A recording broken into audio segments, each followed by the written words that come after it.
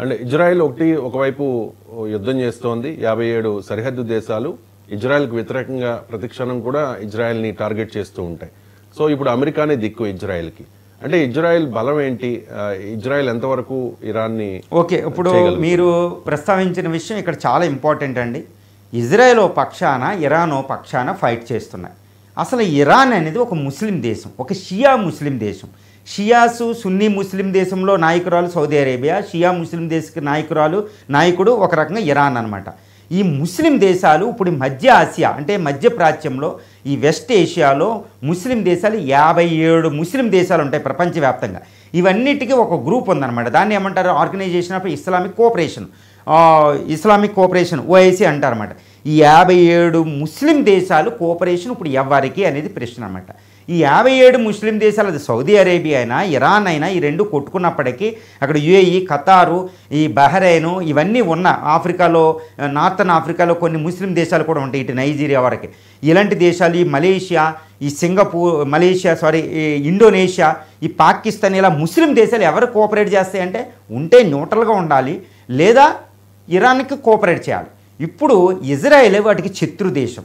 ఇప్పుడు పాలస్తీనాలో ఉన్న గాజా అంటే లాస్ట్ 2023 అక్టోబరు 8వ తారీఖున ఇజ్రాయెల్ మీద హమాస్ అటాక్ చేసినప్పటి నుంచి హమాస్ పేరు చెప్పి గాజాలో ఉన్న 50 లక్షల మంది ముస్లిం పీపుల్ని, అది ఆల్మోస్ట్ 60,000 మంది చిల్డ్రన్ ఇలాంటి వాళ్ళని చంపేసింది.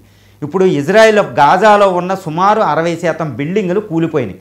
వ్యవసాయ ప్రాంతాలు లేవు అక్కడ. ఈవెన్ మన ఇండియాలో అమ్మే ప్యారలిజీ బిస్కెట్ పాకెట్ మన ఇండియాలో ఒక 50-60 రూపాయలకు దొరికితే, లేకపోతే 100 రూపాయలకు దొరికితే అక్కడ 2,500 రూపాయలు పలుకుతుందంటే గాజా పరిస్థితి చూడండి. అంటే ఏంటి?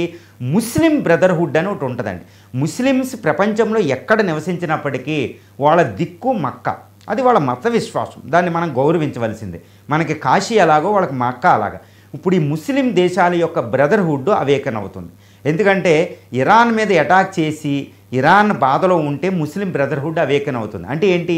ఇప్పుడు 1967, 1948లో ఇజ్రాయెల్ ఏర్పడిన తర్వాత 1967లో 7 రోజులు యుద్ధమని, తర్వాత గల్ఫ్ వార్ టైంలో ఇలా మనం యుద్ధాలు చూడవచ్చు. ఇజ్రాయెల్ ఎలా స్ట్రగుల్ చేస్తుందో, ఇజ్రాయెల్ స్ట్రగుల్ అవుతుంది, సోకాల్డ్ జియోనిస్ట్ నేషన్. ఇప్పుడు ఈ ఇజ్రాయెల్కి వ్యతిరేకంగా ముస్లిం దేశాలు ఏకమవుతున్నాయా అనేది పెద్ద ప్రశ్న. ఎస్ అని చెప్పొచ్చు. ఎందుకంటే ఈ ముస్లిం బ్రదర్హుడ్ అవేకన్ అవుతుంది. ఎంతో కాలం ఒకసారి సౌదీ అరేబియా ఎంబీఎస్ చాలా శక్తివంతుడు, మహమ్మద్ బిన్ సల్మాన్ చాలా శక్తివంతమైన నాయకుడు ఇస్లామిక్ కంట్రీస్కి. ఎందుకంటే మక్కా, మదీనా ఆయన ఆధీనంలో ఉంటాయి. రక్షకుడు, గార్డియన్, అదేవిధంగా oil super power Saudi Arabia చాలా శక్తివంతంగా రైజ్ అవుతుంది. ఆ దేశ అధినేత ఎంబీఎస్ ఒక్కసారి మాట్లాడిన మాటని ఇక్కడ మనం ఉటంకించవచ్చు. అదేమన్నారంటే, మేము పాలస్తీనా మీద అటాక్ చేస్తే, అదేవిధంగా ఇరాన్ మీద అటాక్ చేసినప్పుడు మేము సైలెంట్గా ఉండి ఒక్కొక్కసారి కూడా మేము మాట్లాడకపోతే ఈవెన్ ముస్లింలు, నా దేశ ప్రజలే నన్ను గద్దె దించేస్తారు, కాబట్టి నేను మాట్లాడవలసిన అవసరం ఉందని ఆయన మాట్లాడారు. అంటే ఏంటి? ప్రపంచంలో ముస్లిం ప్రజలకి ముస్లిం కింగ్డమ్ డిక్టేటర్లు కూడా భయపడతారనమాట. ఎందుకంటే కలర్ రెవల్యూషన్స్ వచ్చినాయి అక్కడ 2013-14లో. కాబట్టి 57 ముస్లిం దేశాలు ఈరోజు ఇజ్రాయెల్కి వ్యతిరేకంగా ఏకమవుతున్నాయి అనేది మనకు అర్థమవుతుంది.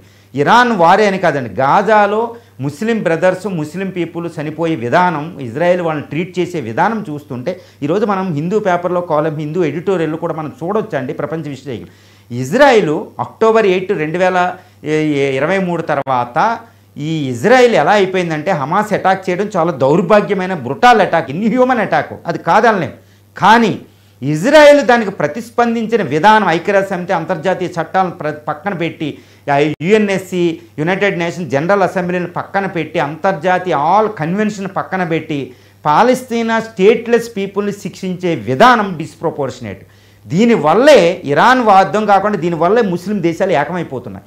ఈ ఏకమవుతే ఈ ముస్లిం దేశాలన్నీ వెళ్ళి ఇజ్రాయెల్ మీద పడితే మాత్రం ఇజ్రాయెల్ సర్వనాశనం, అంటే చాలా ఆపదలో ఉంది ఇజ్రాయెల్ అని.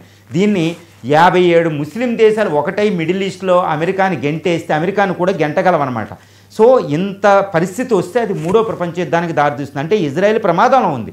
కాబట్టి ఇజ్రాయెల్ ఇంకా తగ్గి ముందుకెళ్ళి ఇది డిప్లొమసీకి. ఎందుకంటే ఈరోజు ఇజ్రాయెల్ చేసే పని ఎలా ఉందంటే, అసలు దౌత్యానికి ప్లేస్ ఇవ్వడంలే. అక్కడ ట్రంప్ చెప్తున్నారు, మనం డిస్కషన్ చేస్తున్నాం, ఇరాన్తో అటాక్ చేయొద్దని నేను చెప్తుంటే అటాక్ చేస్తుంది ఇజ్రాయెల్ అని ట్రంపే ఒప్పుకుంటున్నారు, ఇజ్రాయెల్ యొక్క మెయిన్ సపోర్టర్.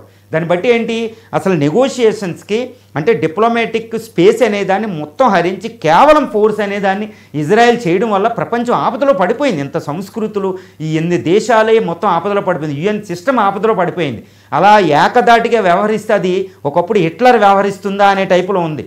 ఫోర్స్ యూజ్ చేయడానికి ఇంటర్నేషనల్ చట్టాల ప్రకారం ఏ దేశానికి హక్కు లేదు. అందుకని దేశ సమగ్రతని, ఆ ఇరాన్ అణువస్త్రాలని నువ్వు ఆపడానికి నువ్వెవరు అని క్వశ్చన్ అంతర్జాతీయ చట్టాలు ఈరోజు ప్రశ్నిస్తున్నాయి ఇజ్రాయెల్ని. ఎందుకంటే అంతర్జాతీయ చట్టాల ప్రకారం ఐఏఏ అని యుఎన్ఓ అని ఎన్ని సిస్టమ్స్ ఉన్నాయి. అది కాదు అంటే మొత్తం అయిపోయిన తర్వాత దాన్ని పనిష్ చేయడానికి అంతర్జాతీయ చట్టాల ప్రకారం ఐక్యరాజ్య సమితి భద్రతా సమితికి మాత్రమే అది ఉంది. కానీ నువ్వు దాన్ని అన్నీ పక్కన పెట్టి ఇది నేను రక్షించుకోవడానికని వెళ్ళి ఇరాన్ మీద అటాక్ చేస్తుంటే ముస్లిం దేశాలు లేకపోతే ఈరోజు ఇరాను ఏంటంటే సింపతిని కొట్టేసింది. అంతర్జాతీయ సమాజం ఇరాన్ వైపుకి వెళ్ళిపోతుందా అనిపిస్తుంది అనమాట.